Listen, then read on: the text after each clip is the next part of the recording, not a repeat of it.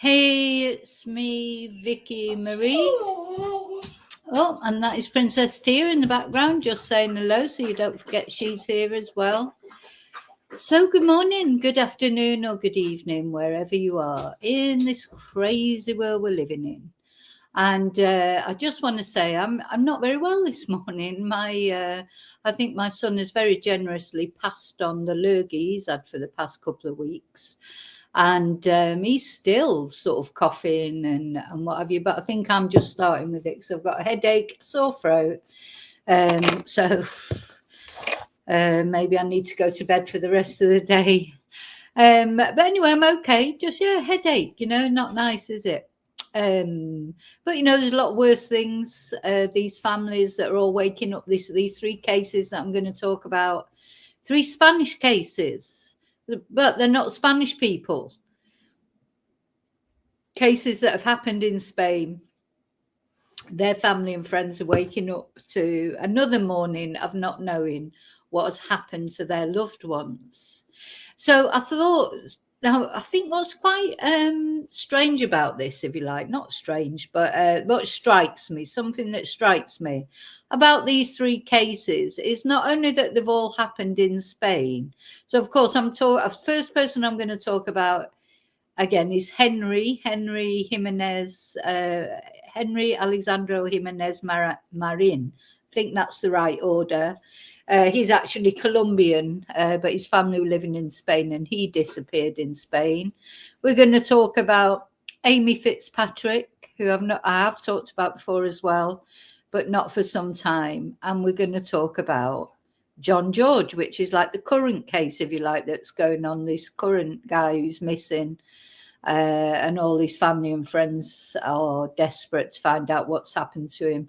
Well, they think they know what's happened to him. They just want to know where he is, where his body is. There's a £30,000 reward for information leading to the recovery of John George, or John George or John Hardy, the two names he's known by. But we're going to start off talking about Henry. Oh yeah, and what struck me about all three of those cases, they all happened around Christmas time. So you've got John George, who vanished on the last that was heard of him was the 14th of December last year, just a couple of weeks ago. This is Henry. He was last seen on New Year's Eve 6 years ago, or sort of the early hours of New Year's Day, really. He was last heard from. And then Amy Fitzpatrick, a different area. Henry and John George disappeared from the same area, the Orihuela Costa in Alicante, but Amy disappeared from Mijas Costa in Malaga, Spain. So I'll show you the distance away. But she disappeared on New Year's Eve. So it was all around sort of Christmas, New Year time that these three people disappeared in the Orihuela Costa, in Spain. And they're all thought to be deceased, but all three of them, their remains have not been found. And we know how important that is to family and friends, even I think when they get to a point. This is Henry with his mum, Gina, here on this photo. I think the family and friends get to a point, don't they, where they just think, I just want to know where they are, They've accepted that they're probably never going to see them alive again, but they'd at least like to have their remains to bring home, to put to rest so that they're not thinking of them just out there somewhere. It's a horrible thought, isn't it? So better to be able to bring them home, give them a decent burial, know where to go and visit, to pay respects, to talk to them. A lot of people put a big emphasis on where people are buried. They go and visit the graves, etc. To a lot of people, that's a big source of comfort to know that at least they can go to where they feel like that person's mortal remains are and talk to them there. So it's very important, recovering the body. I think in the end, you just have to come to terms with the fact that they were deceased, but recovering the body is so important. Anyway, we're going to start with, I'm going to say hello to everyone in a moment who's in chat. I want to say hello to all you lurkers out there, people watching on replay crew, anyone who is either watching now, doesn't want to join in the chat, will watch later. Hello and thank you for watching, and thank you for caring about these three people. Because although we didn't know these people personally, we've become invested in their family and friends. We care about their feelings, and we've become involved in that sense. And although we didn't know them personally, sometimes you feel like you know them personally. For me, particularly with Amy, and I don't know Amy or anything, really about her. She has a special claim on me when I look at her pictures. I think because of her age, because she was only 16, she just seems to be calling out and saying, come and find me, please find me, and hold someone responsible. Anyway, we're going to start with Henry, because there's a little bit of sort of good news about Henry's case. Okay, I'm going to say hello to everybody in chat. Hi, David. Hi, Vonnie. Hi, Daniel. Hi, Angel. Just being plugged. What? Hi, Mello. Hi, Kelly. I know, so am I, Kelly. I hate being ill. I hate that feeling. Oh, nobody likes it, but I'm terrible patient because I can't just go to bed. I always end up doing too much. But anyway, yeah,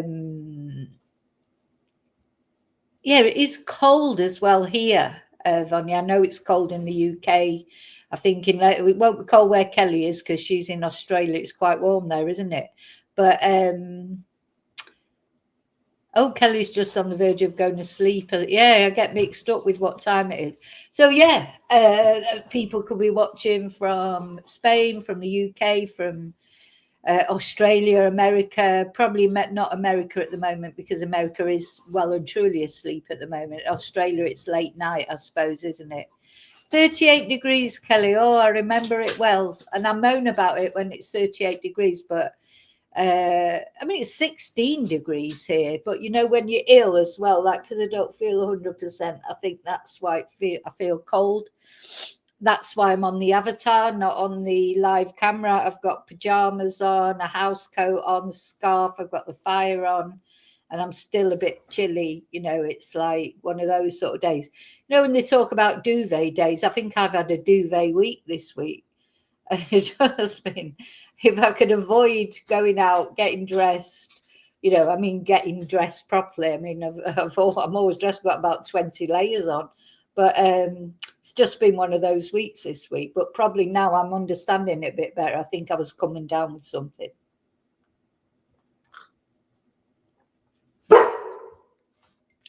Don't start barking, Tiff, because I'm not in the mood.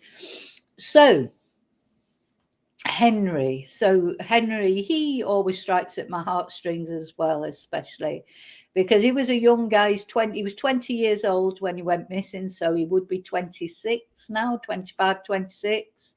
I think you can say with more or less with confidence that he is not still with us. He is not still on this mortal plane. Even his mum has accepted that. Because there was lots of evidence about what had happened to Henry to point towards the fact that something bad has befallen him. And he has probably been murdered by one of his own friends, which, that seems even worse, doesn't it, than anything? How could a friend do that to a friend? Anyway, he went for a New Year's dinner with his friends. There were 9 of them in the apartment, maybe even 10, including Henry. But there was at least 9 people in this apartment, young people. The guy whose apartment it was. Now, actually, I found out yesterday he's Icelandic, not Irish. I thought Gina, when I was watching Gina being interviewed, I thought she was saying Irlandes, but she was saying Islandes, which is Icelandic. So that's my bad. The guy who owned the apartment where they were having dinner, where Henry had been staying there, living there for a couple of months. But he was just about to move out of there. He didn't like the guy in the end. There was an uneasy relationship. this Icelandic guy who was 30. All the other people in that apartment were only 20, and they were all going to the high school. Henry was studying to be a policeman, and he'd been for just the past couple of months staying in this apartment that was owned by this Icelandic guy who's 30.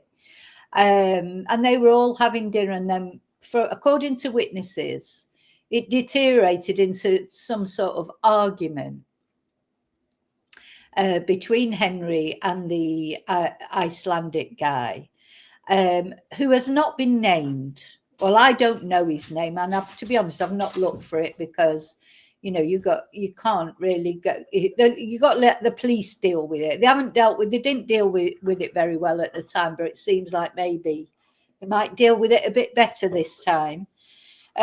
So what happened was an argument broke out, and for some reason, according to the other witnesses that were there, the Icelandic guy, the owner of the apartment, the 30-year-old, started hitting Henry on the head with blows that were so hard they sounded like firecrackers or bangers.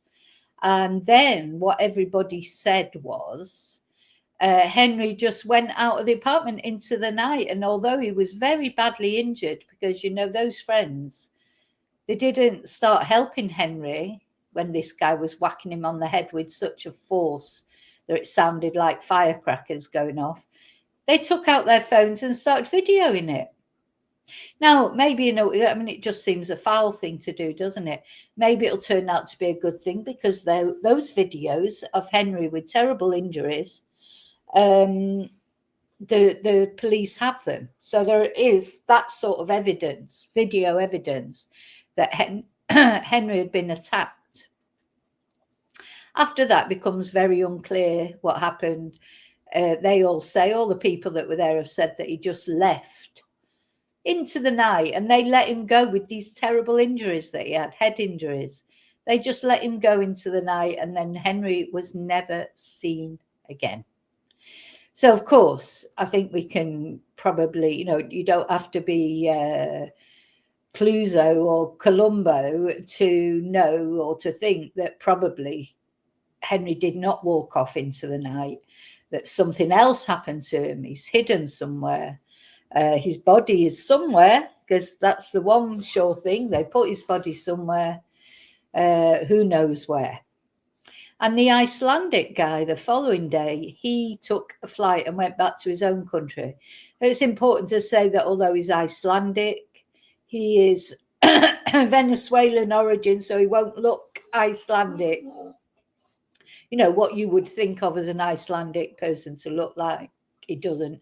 He looks like a Venezuelan. He's Venezuelan descent, but he is Icelandic nationality. Now, from what I've been reading, he is still in Spain, or he came back to Spain. But what I've realised is you read all sorts of things. Different articles say different things.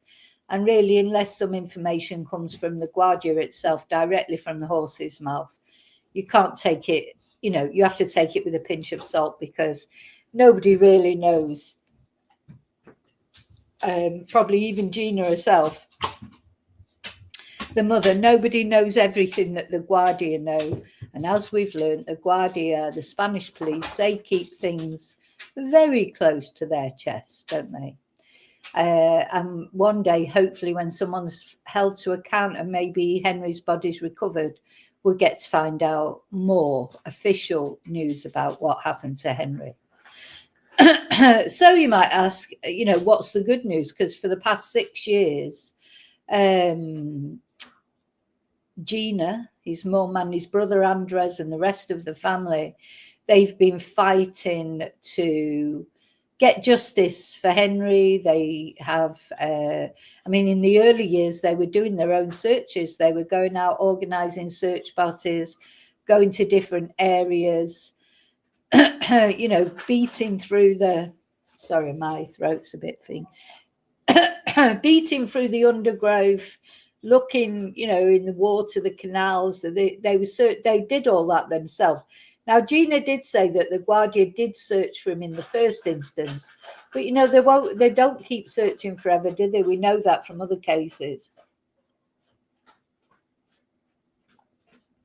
because then, of course, other missing persons cases come up, don't they? But I think the most thing that was irritating Gina was they weren't treating it as a murder investigation. It was still being treated as a missing persons investigation. And Gina was convinced, which seems likely, even if you're not the mother and you removed from the situation, it seems likely that when a guy's attacked in an apartment, there's a video of him with terrible injuries and then he disappears without trace. Probably something bad has happened to him. And the police at first were trying to say, oh, because it was New Year, oh, he's just be out having a fiesta, he's having a good time, it's New Year. And young people do disappear for long periods of time, especially in Spain, because the nightlife is 24 hours. It goes on. You won't be expecting them home at 2 o'clock. They could come home at any time, really. There's always somewhere where they could go for a drink or to party with their friends. So, well, exactly, Kelly. Everyone knows he hit Henry. And also, I think they have committed a crime themselves because they did not report an incident, a crime. They did not report it. They just videoed it. And if what they say was, if you imagine for one mad moment, that it was true that they said that Henry himself left the apartment. What, they just let him go with those terrible injuries, their friend, and they didn't phone an ambulance or try and help him or make sure he got home okay. So that's a crime in itself, isn't it? So this is the problem. It was not treated properly in the beginning. So the good news is, so there is a little bit of good news. So it's just past the anniversary, of course, on the 1st of January.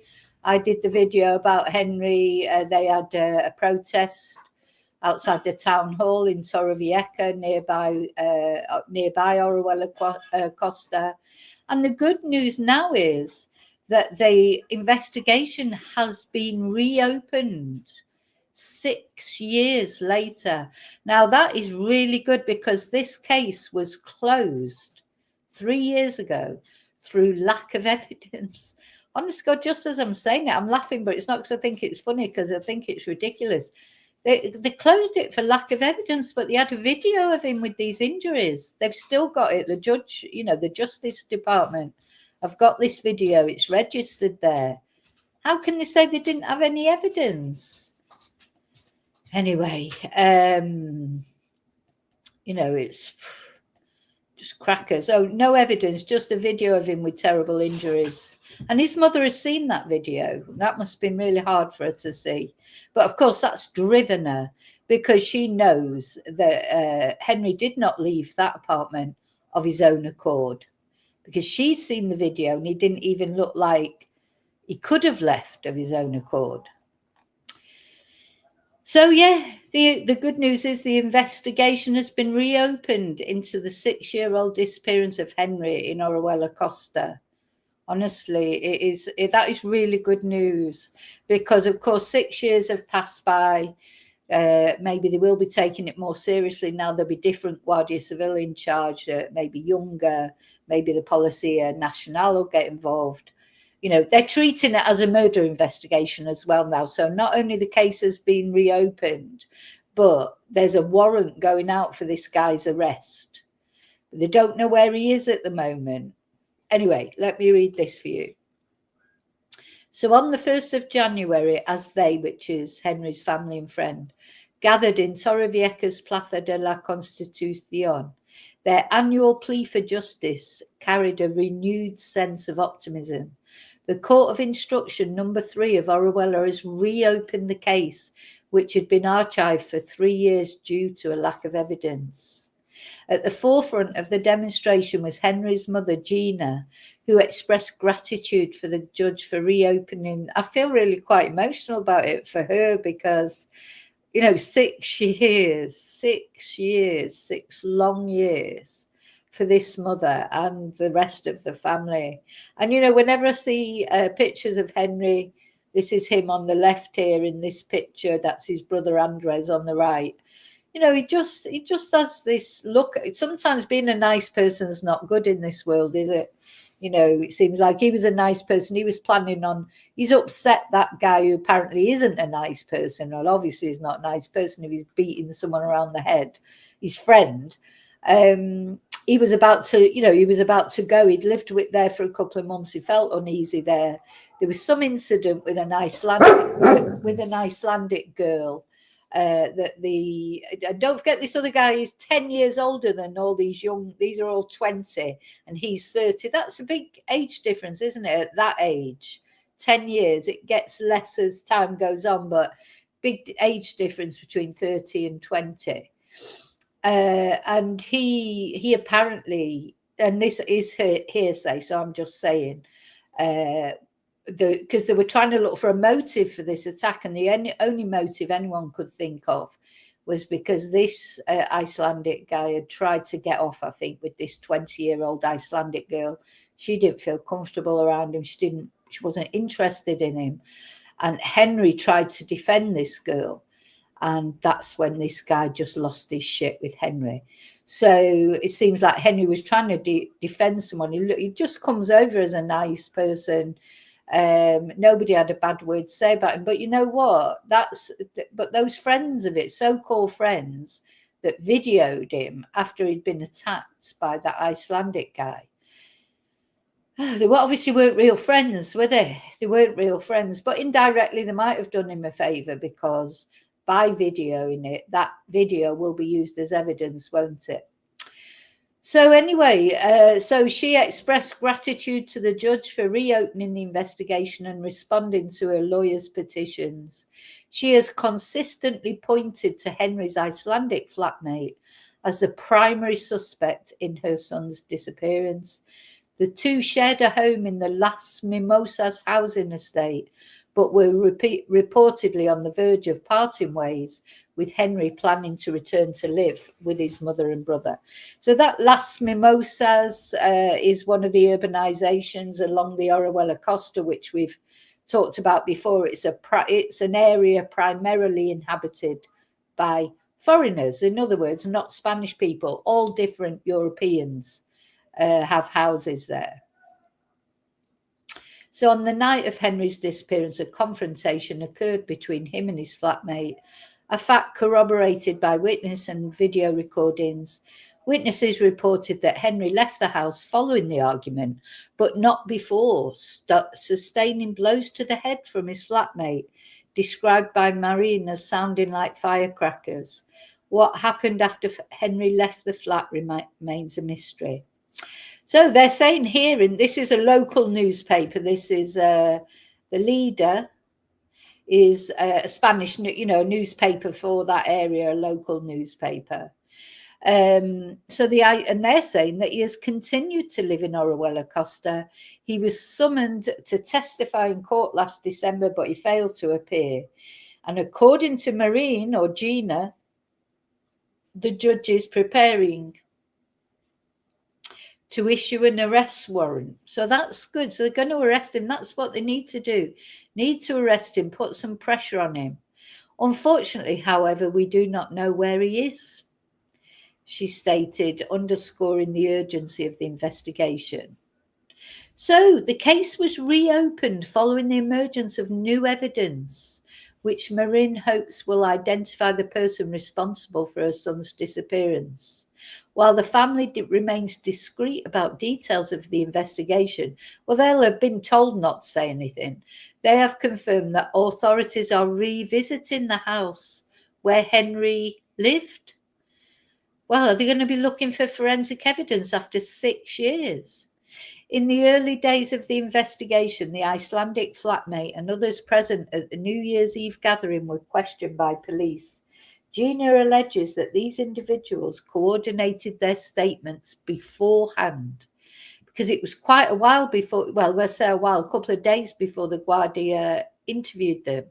So what Gina, the mum, thinks is that they got their stories, and the thing is, the others were all scared of this guy because this guy's got a bad reputation, a violent reputation. So what Gina thinks is everyone was too scared to say anything. But bear in mind, there were 9 of them. You know, they could have got together and all spoke up against this guy. He can't be that powerful, surely. Anyway, and she says they aligned their accounts to present a unified version of events. Now, of course, 6 years later as well, those I was saying the other day in the video I did about this, they were 20 then, they're 26 now. There's a big difference between 20 and 26. Maybe they're thinking on about it, you know, thinking better of, maybe they're not so scared of him now. Maybe they've got children of their own now. Or maybe, you know, they've matured, or they can't live with it. Wouldn't they be seeing Henry's face every night? You know, I hope they do. I hope every night before they go to bed, they see Henry pleading for help, as he may well have been, and they just took their phones out and took a video of him. So they've got to live with that. They've got to live with that for the rest of their lives. Anyway, frustration with authorities. Over the past 6 years, Henry's family has openly criticised the Guardia Civil for what they perceive as inadequate efforts to resolve the case. This frustration is compounded by the tragic irony of Henry's aspirations to join the Guardia Civil. He wanted to be a policeman. So while balancing high school studies at Orwell Acosta Institute with work at his mother's hair salon, he dreamed of serving in law enforcement, a goal he never got the chance to fulfill. So the reopening of the case has reignited a solidarity within the Orwell Acosta community, which rallied around Henry's family in the wake of his disappearance. But lingering questions remain. What transpired after Henry left his home? What role did his flatmate and others at the party play in the events of that night? Only time and potentially the testimony of the Icelandic man can provide the answers. Now, he's 6 years on as well. He could have children now. Maybe he's felt guilty. You know, maybe there was maybe he was going through some mental health episode. Maybe he was on drugs. Maybe he drank too much, whatever. Maybe, like, you can only hope that someone now has a conscience. Gina just wants her son back. That's what they all say, these families, don't they? They just want their loved ones back. They come to terms with the fact that maybe they're never going to see them alive again. But they really just want them back and to know what's happened. They want answers. They want resolution. You know, people call it closure, but I prefer to say resolution. You never have closure because it never ends. Closure suggests something ending. It doesn't end. Resolves, you know, that you get your answers, but you're still living with that day in, day out. So for now, the family and community hold on to the hope that justice will finally be served and the truth about Henry Alejandro Jiminez's disappearance will at last be established. I hope so. And, you know, I've always followed this case, even, you know, I wasn't doing videos about true crime then, but of course it resonated with me because of my son, and also just the thought that your child, son, daughter, or any loved one could just say, oh, bye, I'm off out. He arranged to meet her the next day, arranged to meet his mum the next day, gave her a bottle of wine for the New Year's lunch, said, I'll be back for the family lunch. And that was it. Boom, gone. Gone, gone, gone forever. Awful. Very, very sad. So that's the first thing I wanted to tell you about. And it is good news. If anyone's got any information, because I know I have subscribers in Spain. People will be watching this who are in Spain, or they've got a holiday home in Spain, or they've got some connection to that area. Ring 112. Ring 112 with any information that you might know about Henry's case or any of the cases. And 112 is not only for that area. So as we go on now to talk about Amy Fitzpatrick, that's also the number to ring. If you know anything about Amy. Now, I've put Amy's picture up in the right-hand corner. And that's who we're going to talk about next. Amy Fitzpatrick. So, Amy Fitzpatrick. Now, I've done videos about her. I think it was last year that I did the last video about Amy. As I say, this girl just, I feel like in that picture, I don't know, I feel like she's talking to me about, I know it's ridiculous because I didn't even know her, but you do, I just feel like she's just calling out for someone to bring justice for her. Amy disappeared on New Year's Eve, quite a long time ago now. She was 15 years old. She had an uneasy relationship. Oh, and this was in Mijas Costa. Let's have a look at the area where this happened. So both Henry disappearing and John George, the current case that is going on at the moment, both happened in Orihuela Costa. But we're going to look. But this case of Amy happened in Mijas Costa. Costa means the coast. So most Spanish towns that are on the coast or cities, they'll have, like, there's an Orihuela and an Orihuela Costa. There's Mijas, the town, and Mijas Costa, the coast. There's like two separate parts to them. It's hard to explain. Nearly every town, city that's on the coast will have part that's like the town part of it, and another part that will be followed by Costa, like Orihuela Costa.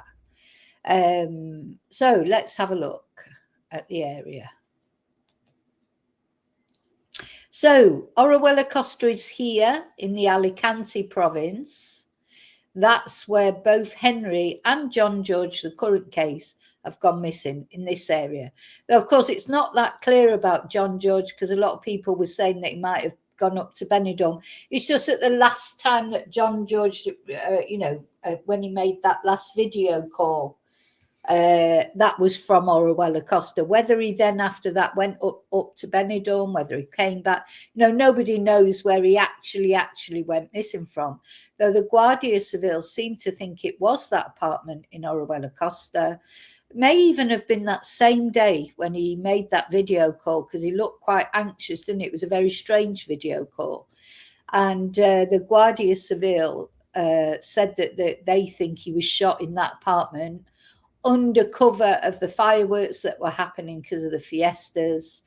And then there was so much movement around the apartment, cars coming and going, raised voices. There was a big kerfuffle going on. There's a lot of houses around there. It would have been heard by a lot of people. So the police do, although there's been talk about Benidorm, I see Benidorm's up this way. Alicante is in the middle. That's where the airport is. That's why people often say, but you say Alicante, the province of Alicante is massive. But the actual town of Alicante is there where the airport is. But Benidorm's in Alicante and Orihuela Costa's in Alicante, but you can see they're miles away from each other. So this is all the coast along here. And then to go to Malaga, which is where Amy's case happened, it's about 4.5 hours, I think, in a car, approximately, I would say 4.5 hours. It's drivable in a day, you could 4.5 hours. I've never been to Malaga, but I've been to Granada. This is Granada. I've been there quite a few times. It's a beautiful place to visit if you ever get a chance to visit it. So I don't know about Malaga. I've never been to Malaga. And of course, then a little bit further on is Marbella. That's where all the criminals are supposed to be, aren't they? That's definitely known as the Costa del Crime, the crime coast. And it is right on the coast. But Mijas, there's Mijas, and then there's Mijas Costa, which is in Malaga. So in this area. So this Amy Fitzpatrick case is a way away from where Henry's case and John George's case are, but both all in Spain with big expat communities. So I would imagine that Mijas Costa is very similar to Orihuela Costa. They're big expat communities where you wouldn't even know you were living in Spain, because it's all foreign people. And when I say foreign people, not only British people, but all European nationalities.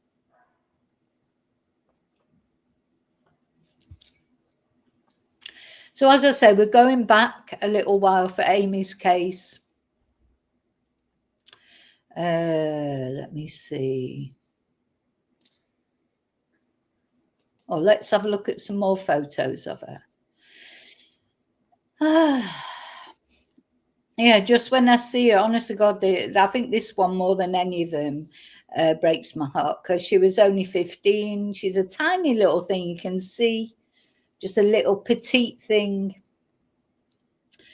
She was having a difficult time. This is her mum and her stepdad. And we're going to hear from them. Now, some people think her stepdad has got something to do with what happened to Amy.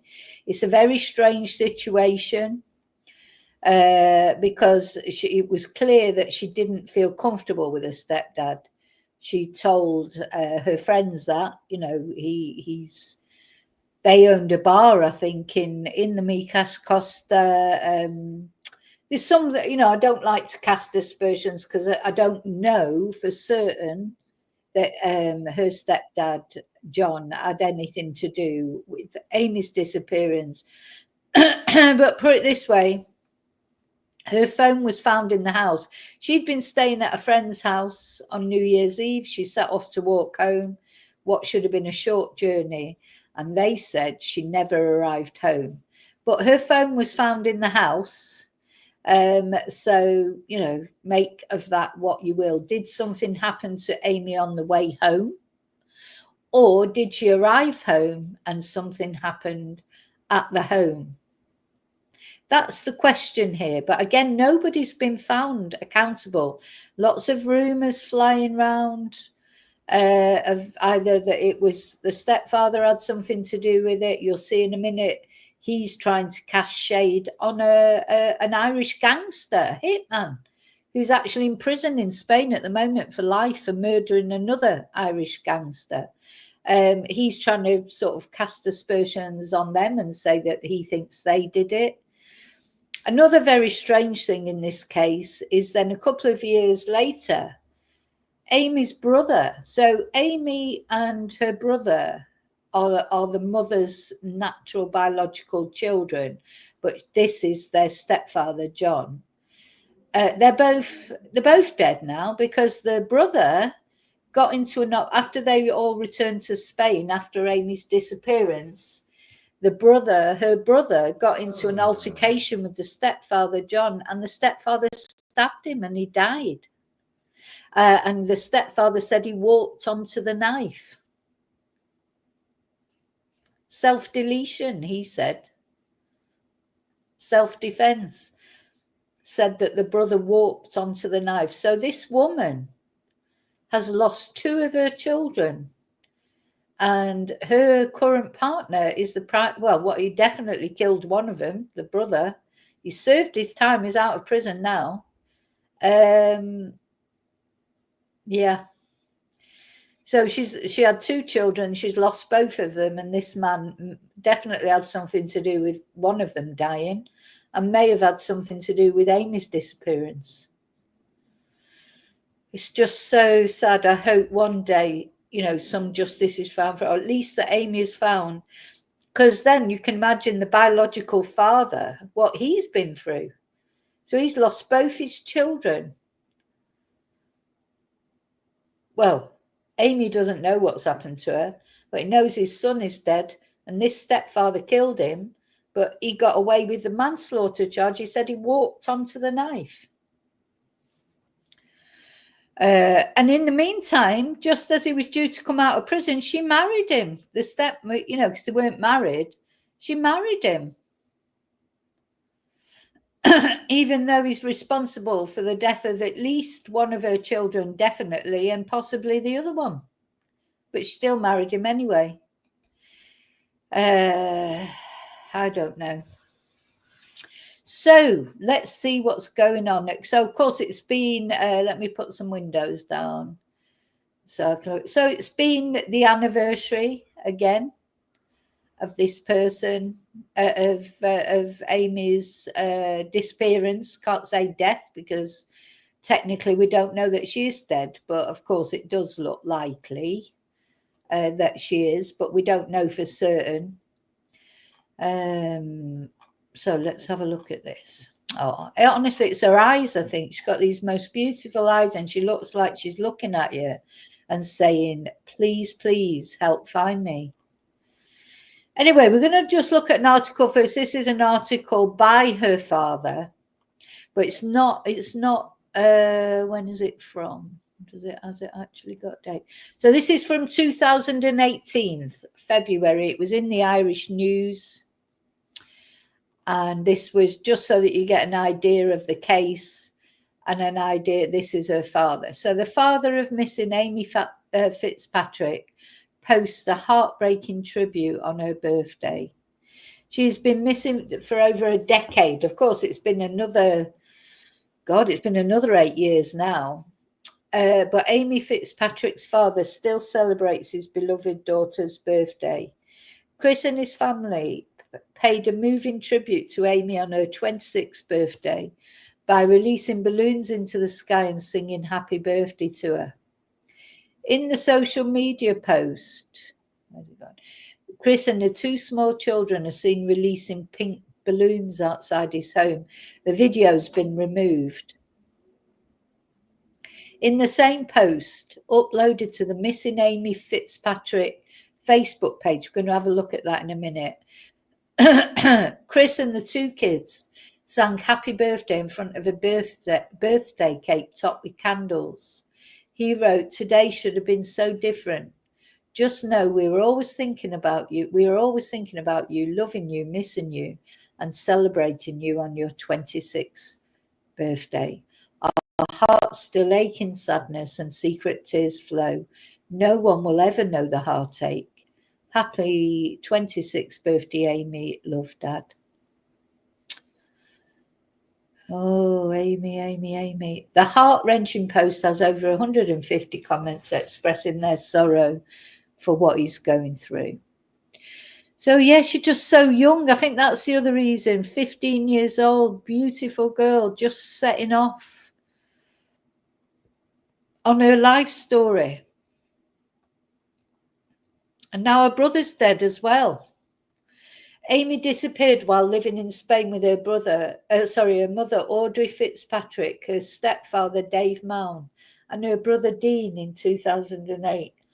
I believe Dave is suffering from cancer now. Is that a bit of karma? Will he ever tell the truth? If it was him, of course. She was last seen leaving her friend Ashley Rose's home, and Spanish people police don't believe she ran away, as she didn't have any money and she knew very few people in Spain. And Chris suffered another tragedy in 2014 when his son Dean was stabbed by his stepfather Dave Mown over a row over a water bottle. Now, how he must hate this guy. This is his two children, one actually stabbed by him and the other one possibly killed by him. But, it's not, that's not definite. He's never been arrested as far as I know, so he hasn't been held to account for killing Amy. So maybe he didn't. Anyway, as far as his sons, Amy's brother's case was concerned, he was convicted of manslaughter and he was sentenced to 7 years in prison. Life's cheap, isn't it? Spanish police have not yet closed the file on Amy Fitzpatrick, and any new leads on the whereabouts of the black-haired young woman would be pursued. So this was quite a while ago. So we're going to have a look now at the latest. Because there's just recently been an update because it's the anniversary.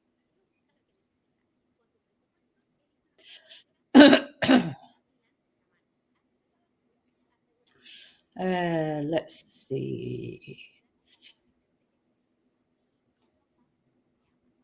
So it's been in the Irish news, of course, because it's been another anniversary. Missing Amy Fitzpatrick's family say pain just as raw, 17 years to the day of disappearance. It's going to be one of those that jumps around all the time. I can see it. So this is, oh God, it's going to jump, and that's going to get on my nerves. Anyway, so they said, our hearts are shattered, our lives are forever changed, and the ache of not knowing where she is or what happened to her is unbearable. Amy, we miss you more than words can say. Not a single day goes by when we don't long to see your beautiful smile, to hear your laugh or hold you close. The emptiness you've left behind is overwhelming, and our family will never be whole again. The heartbroken family has been campaigning tirelessly for almost 20 years to get answers about what happened to Amy. No one has ever been arrested or charged in relation to her disappearance. So while the case is still open, her family's hoping the investigation will be upgraded to murder. And they have previously set up a petition for an EU-wide right to a cold case for all missing people abroad. They want relatives of people missing abroad in the EU to get an automatic right for a cold case review at 1 year, 5 years, and 10 years, and for families to receive a briefing from the police, because I expect they've heard nothing from the police. To anyone out there who knows anything, please, we beg you, help us bring Amy home. Even after all these years, we need answers, we need closure. Now, they have private investigators looking into it. Now, I read somewhere that they were the same private investigators that dealt with the Madeleine McCann case. So who would they be? It wouldn't be Mark Williams Twonk, would it? Because I'll tell you what, really, I mean, whoever those private investigators are, they didn't find Madeleine McCann, so maybe they need some different private investigators. Anyway, I hope they get some answers. I think it's good news that the police are looking at it again, or still looking at it. I hope, you know, I hope, oh, it's just so sad. So this photo, why can't I see the whole photo? Anyway, never mind. Let's have a look at, right, we'll go to the Facebook page thing first, I think. So we're going to go to the Missing Amy Fitzpatrick Facebook page and a video that's on it that we're going to look at, because it's got an interview with Amy's biological mum and her stepfather. So we're going to look at that.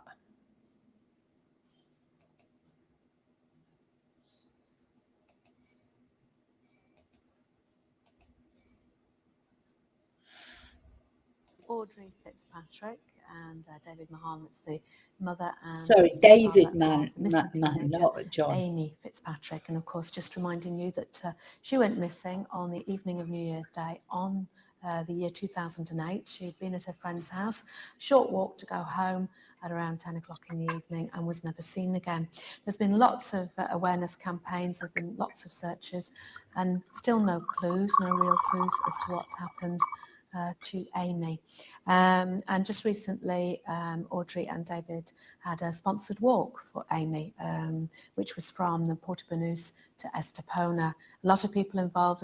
Now, I just want to say this video is from a little while ago. It's not a recent video, but they were promoting a book. They wrote a book, which is on Amazon, and they were looking for a publisher. You let me know what you think.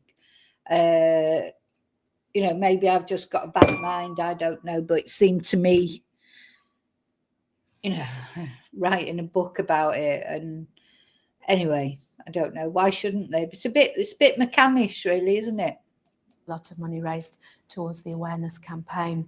Now, there's two reasons why they're here today. One of them is to talk about the 44-year-old man that was arrested in Mijas about a month ago for the murder of two prostitutes, one in the Alamar complex in Calahonda and another lady in San Pedro.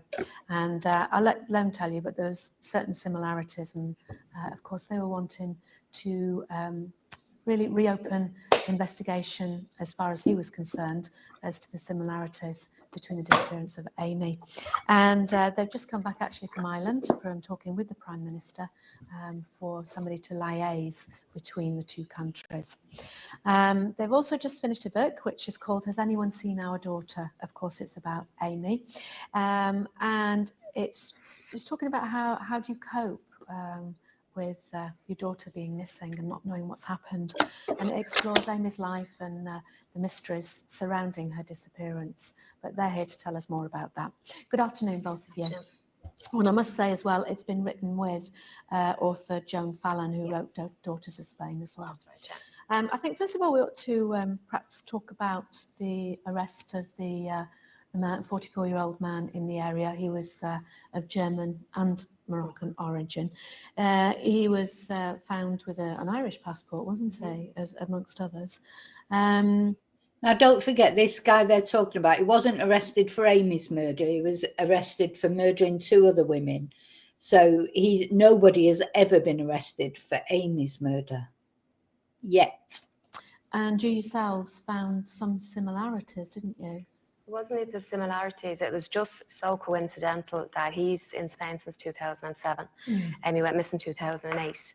And the areas where these ladies were murdered, one of the areas in Calahondo was where we used to have our bar, where we worked, and Amy would have been in and out there a lot. The previous area we lived was Guadalmina, and the second lady that was killed, that was in San Pedro. The gym Dave used to train in, the Aztec in Riviera, he trained there.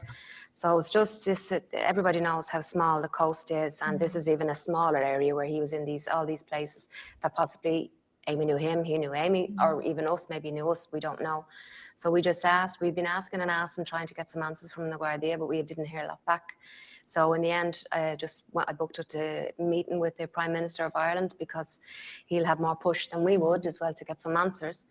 Now, they said they had been in touch, and he seemingly has nothing to do with what happened with Amy, but you always have that doubt as well, especially with it so coincidental, all the same areas that we lived, worked, socialised.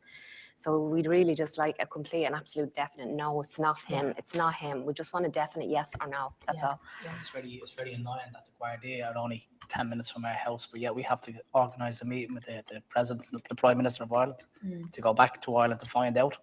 And yet the Guardia are only up the road. It's very annoying. Yeah, I suppose if they're in the middle of investigations, they have to be very careful what they say, and they don't want to sort of take you down the wrong road, do they? They want to be clear themselves as well. But I can imagine it's very frustrating. Even come back to let us know that they have asked this particular guy questions in relation to Amy. Yeah, just to let you know. They haven't even got back to us. Yeah. You know, okay. to this day. So as a result of this meeting, do you think there'll be somebody there to liaise? Will that happen? Well, the new Prime Minister, this will be our third Prime Minister that we have seen in the last 3 years. We're after going through all of them all the time. He's after promising that he's going to definitely be able to have a liaison. We want somebody that will bridge the gap between Ireland and Spain. Yes, we live in Spain, Amy lives in Spain, but we're still Irish nationals, and we want him to keep up the campaign of finding a missing Irish citizen. So that's why basically I went back over to meet up with him and see can he use his authority and contacts to make sure that they're on top of this all the time. Plus to find out, has Amy's case definitely not been shelved? Yes. We don't want that. We want to know, is it still an open investigation? Yeah, which obviously it should be. It should be, yeah. Okay. Well, of course, you'll keep us abreast of those details as things emerge, and we'll keep everybody else up to date as well.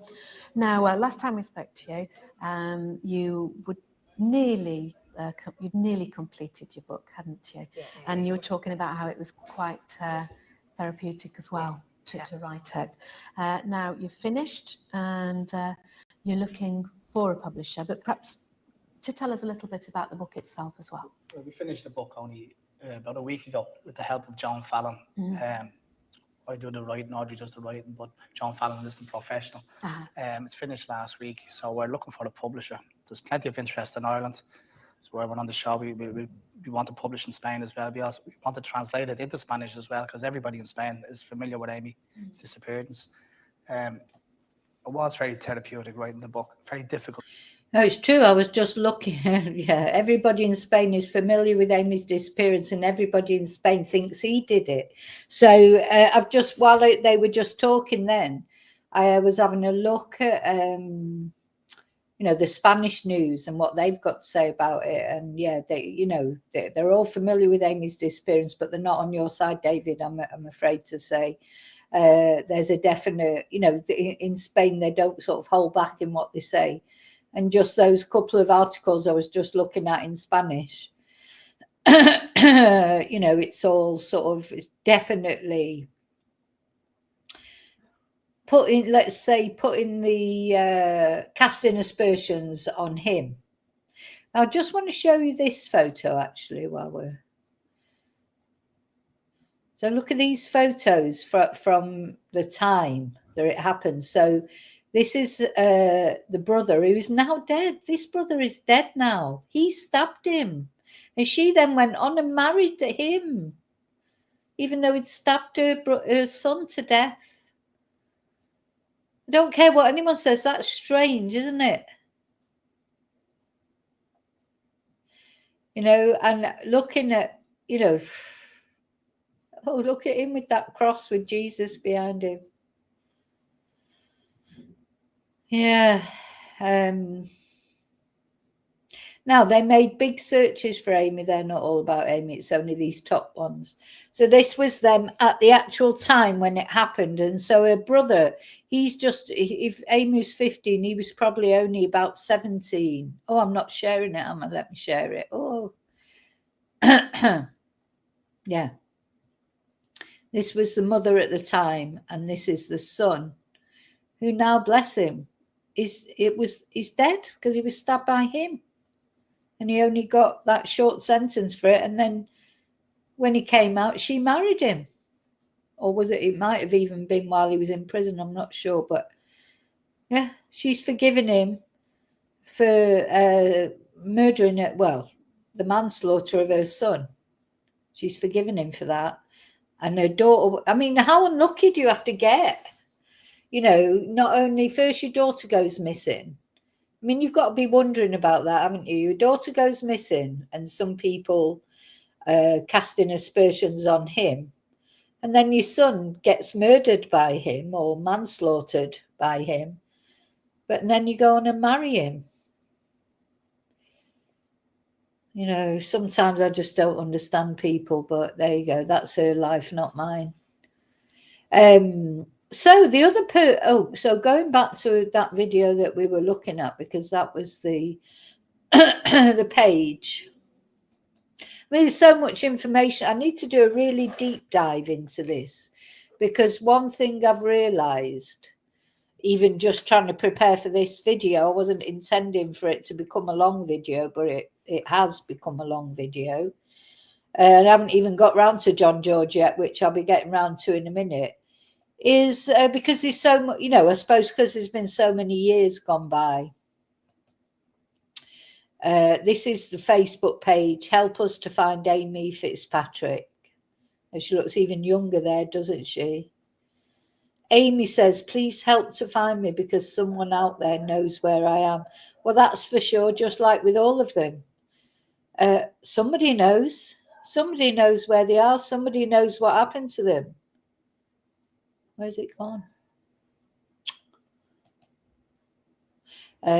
Someone definitely does. Where's the posts? Posts. Let me go into that. Yeah, so this was the last post they've made on there, which was 2013. Oh, they've got their book there. Buy our book. Help Us to Find Amy Fitzpatrick. Let's have a look at the photos. Yeah, I need to have a good proper look and do a good deep dive on this. But just one other thing that I want to mention, something that I didn't know until I started researching for this. But another person that's been in the frame for Amy's disappearance is an Irish gangster who is currently in prison for murdering another Irish gangster for a hit or a let's have a look at him. Hang on.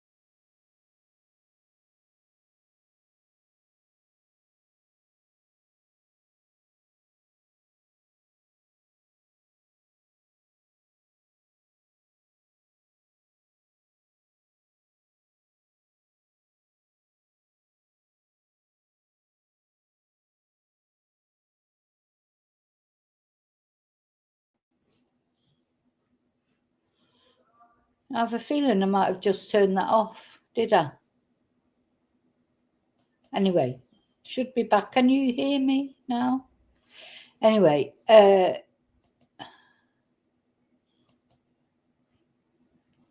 let's look at a more recent interview. Just a bit. I can't play the whole interview because it's 20 minutes long, and I want to get on to John's case.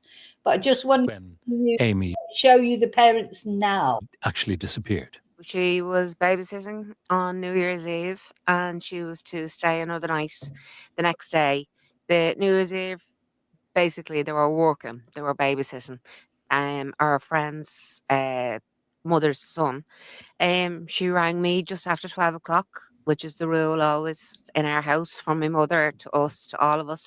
You always have to ring at 12 o'clock and say Happy New Year's Eve. And she rang me and said, Happy New Year's, ma'am. Love you. Don't drink too much, and I'll see you tomorrow or the next. Look at his face. I'm going to look at this interview. Right. I'm going to leave this for now, and I'm going to look at this interview in another video. I think his face says a lot there. I personally think the answer to Amy's disappearance lies close to home, but something that he's tried to push. He's done interviews to say that his stepdaughter was murdered by an Irish gangster. And this is the guy that they think it was. I mean, he's only young. And he is a gangster. He is a hitman. He's in prison for murder. But whether he had anything to do ever with Amy's murder, personally, I don't think so. But who knows? And this is an Irish hitman, gangster, Eric Wilson. He's Ireland's most prolific gangland killer and it was all this happened at the height of his rampage, apparently. So David Marn has sort of jumped on that because he is now in prison in Spain for 28 years. So he's still got another 18 years to go. I mean, he's definitely not a very nice person. He's done some horrible things, but did he really do anything to Amy? Or has he just been jumped on by David as a possible, because is he trying to deflect the attention away from himself? But I only found that out today, so I've got to do a proper deep dive into that, look into it. He's in prison at the moment anyway. Is that why David Marn is coming out with this now? Because he's in prison, he thinks he can't touch him. But of course, he can touch him even from inside prison. He'll have contacts, etc. So yeah, this is the story of Amy Fitzpatrick. It's just come up to the anniversary of her disappearance. Her brother is deceased, was stabbed by that stepfather. So, stepfather's got to be quite a violent man, hasn't he? How do you end up stabbing someone over an argument over a bottle of water? Oh, and look, look, I wouldn't say time's been very kind to Amy's mother, and I don't mean that in a horrible way. I think it's probably all eaten her up, the whole thing. Yeah, so I need to have a look through the Spanish news, see what they're saying about it. Oh, look at Amy there with her friend. I mean, Amy, honestly, it's those eyes. They look like they're saying to you, please find out what happened to me. Please, please, please. If only... I'm going to really try and zone in on Amy and see if I can get any vibes about... I feel that the answer to what happened to Amy is closer to home. I don't believe it's to do with the hitman. Or why would a hitman be interested in a 15-year-old girl? Murdering a 15-year-old girl. Why? He did things for money, for drugs.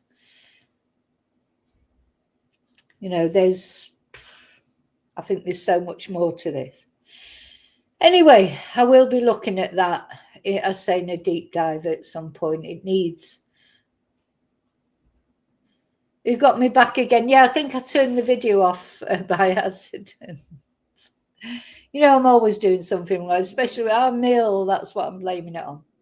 Anyway, so that's it. So rest in peace, Amy. I know technically we shouldn't be saying that she's deceased, but she definitely is deceased. I personally think the answer lies close to home, but I'm going to do some investigations into this.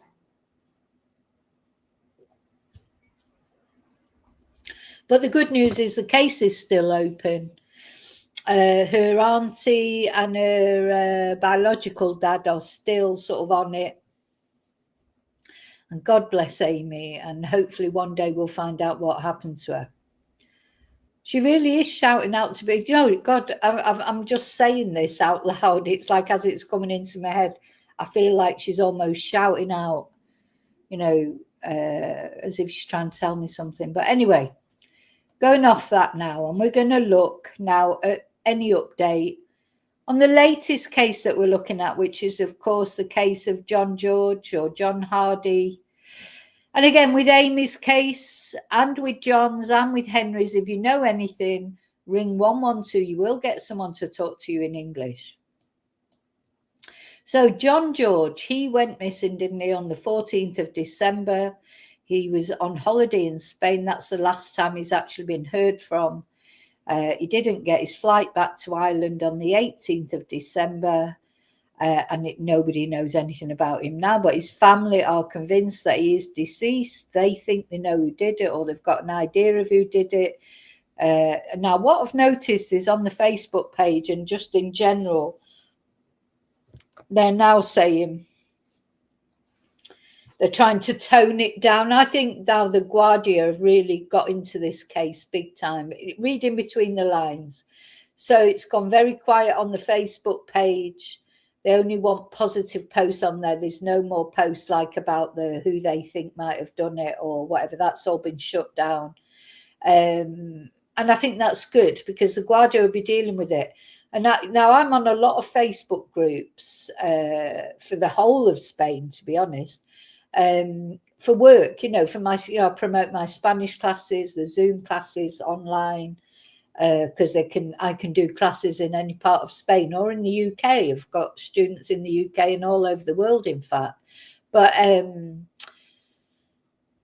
now I've noticed that a lot of them, especially from the Orihuela Costa area up to Benidorm, have been that yesterday.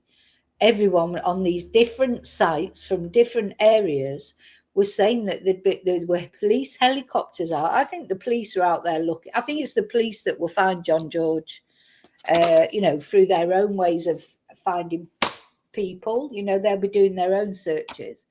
But of course, there are these search teams out here. But notice that they didn't update yesterday either.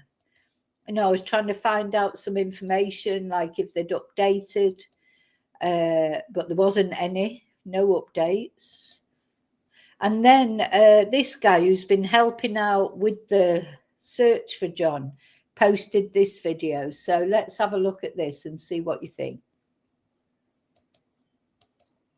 So this is Jay's been very helpful to the family, him and his wife.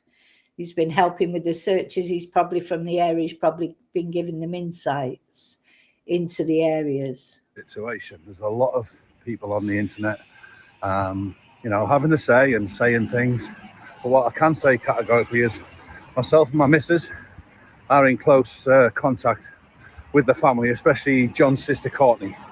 So we are actually getting first-hand information. And what I would like to say is that the police out here now have asked the family to stop searching in certain areas because it would obviously impede an investigation. So there are some signs now.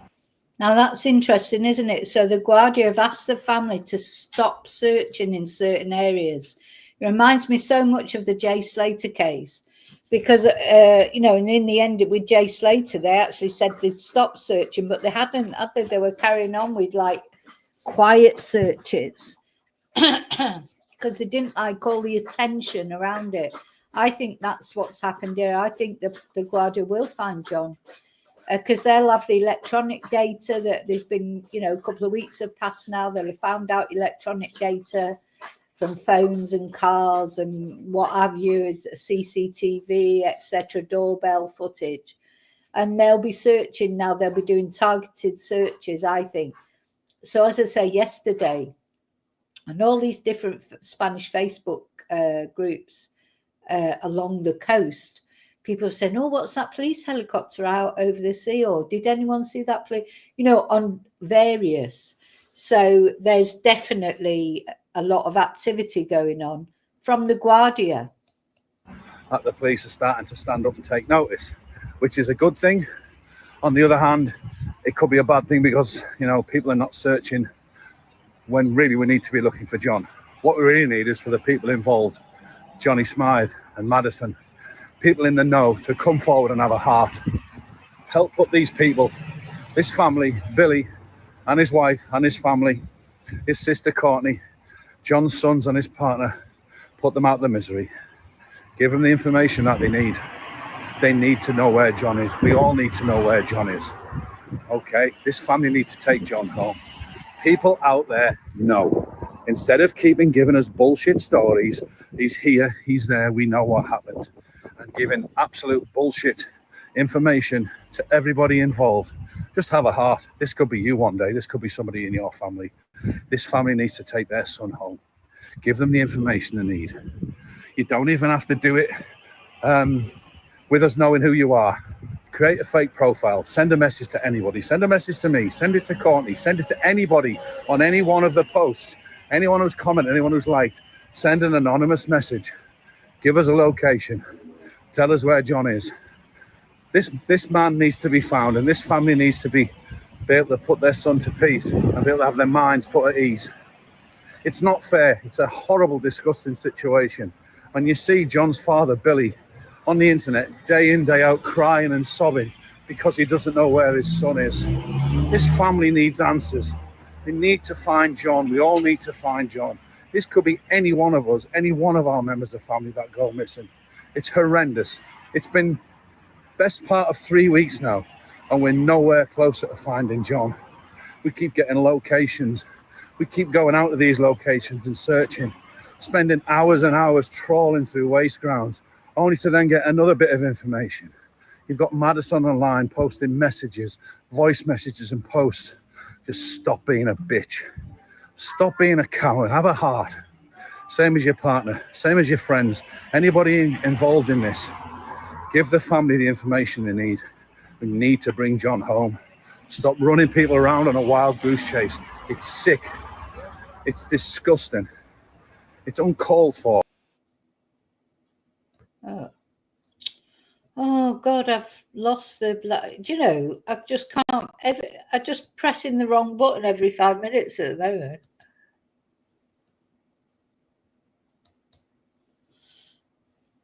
Can you hear me? Can you hear me?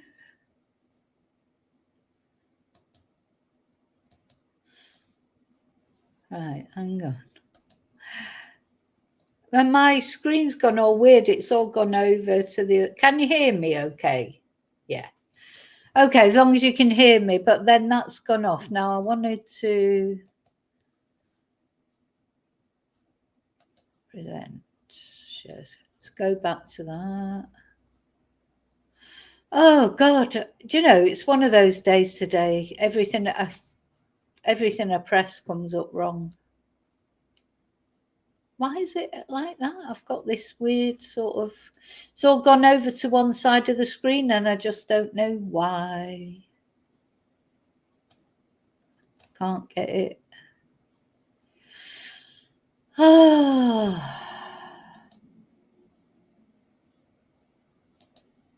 Can't get back onto the thing properly.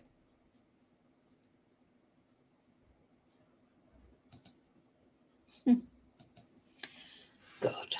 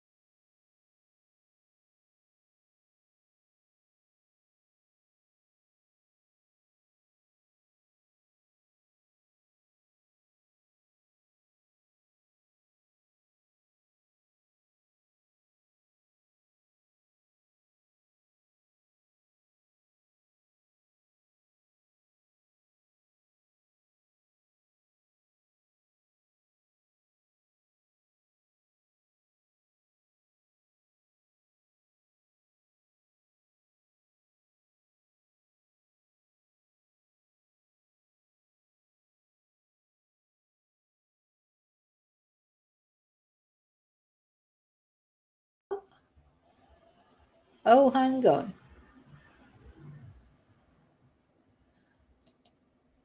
Oh, you couldn't hear me, could you? You couldn't hear me through. Oh, so sorry, so sorry. So what was saying through all that where you probably couldn't hear me is I think things are going on because the Facebook page, the comments have been turned off. There's lots of lovely messages on there from people lighting candles, saying prayers and stuff like that. But I think they're tightly controlling the Facebook page.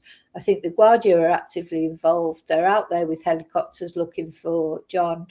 There'd be these things going on.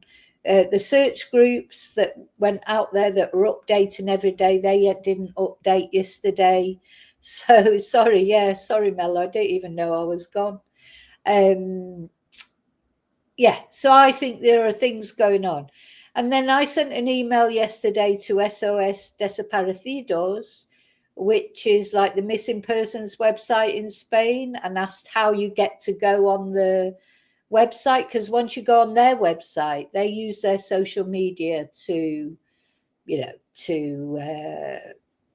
announce like people who are disappeared or lost or missing, and they let me know that what they have to do to get, if they want to go on that website, which that is the website that puts the pictures on the ATMs and things like that. They have to send a copy of the missing persons report, and then they asked like what details. I mean, I would show you the email, but I can't, because honestly, if you could see my screen now, it's like I can see what I'm doing, but it's all over to one corner, and I can't seem to manage to get it like, full screen. It's just literally a little corner. But anyway, I don't know what's going on, and I'm too ill to think about it. But just to let you know what's happening. So I let the family know that, and then that's up to them, but they'll have to send the missing persons report to these people, and then they will put them on their website. They'll put they'll put the description, etc., on ATM, so that'll give it a much wider dissemination, a much wider exposure all across Spain. So yeah, I feel like this thing's going on. Don't know why. What I was trying to say in that bit where I wasn't here and I thought I was here is, in my experience with crime things, when things go quiet, that's normally when things are going on. And when you get a lot of noise on social media for one reason or another, it's because there's nothing else to report. It's like in the Sebastian Rogers case, when all the drama's going on, it's because there's no actual investigative things going on. The police aren't saying anything. There's no actual real evidence of what's going on. So people just make it up. They fill in that void on social media. They talk a load of shite, and none of it's true most of the time. That's what that's what happened in Jay Slater case. That's what's happening a little bit with John George, or it was. I'm not talking about what the family is saying. I'm talking about TikTok and lots of YouTube channels just virtually making things up because there's nothing really going on. But I do feel now it's all being closed down, and that is probably when suddenly there'll be a break. John will be found. I do think he will get found, because the only reason I think he'll get found, or the main reason why I think he will get found, even if it was, some proper mafia people who did it, is it all seemed to happen so quick. So I don't think they had time to plan it, think about it. And I think now, a couple of weeks later, the police will have much more electronic data, won't they? They'll have phone pings, they'll have dash cam video, they'll have the door cam video, they'll have vehicle recognition thing, so they'll be able to pinpoint, hopefully, where those people went on that day. And am I still on? I don't even know if I'm on or not. Anyway, I'm going now. I'm going to take a paracetamol. I'm going to lie down in a dark room and hope that I feel better later. But thanks for watching. So that was the 3 updates. So the good news is Henry's case has been reopened. Amy Fitzpatrick case from Mijas Costa in Malaga. I'm going to do more of a sort of a deep dive into that case because it seems like there's so much to it. That's still an open case at least, and let's hope one day something is found. What happened to a 15-year-old Amy? And then John George, yeah, let's hope for some news in the next couple of days. Mello. Thank you, Mello. Mello just seems to have been there just saying you're off, you're on, you're off, you're on. I'm sorry, it was a bit, I still don't really know what's wrong, but I'll see you really soon in the next video. And until then, thank you for watching. Thank you for caring about Henry, Amy and John. And please leave your DNA on the like button and consider subscribing. Thank you. Bye. And thank you to everyone who's already subscribed or a member or who's supported me in any way. Bye.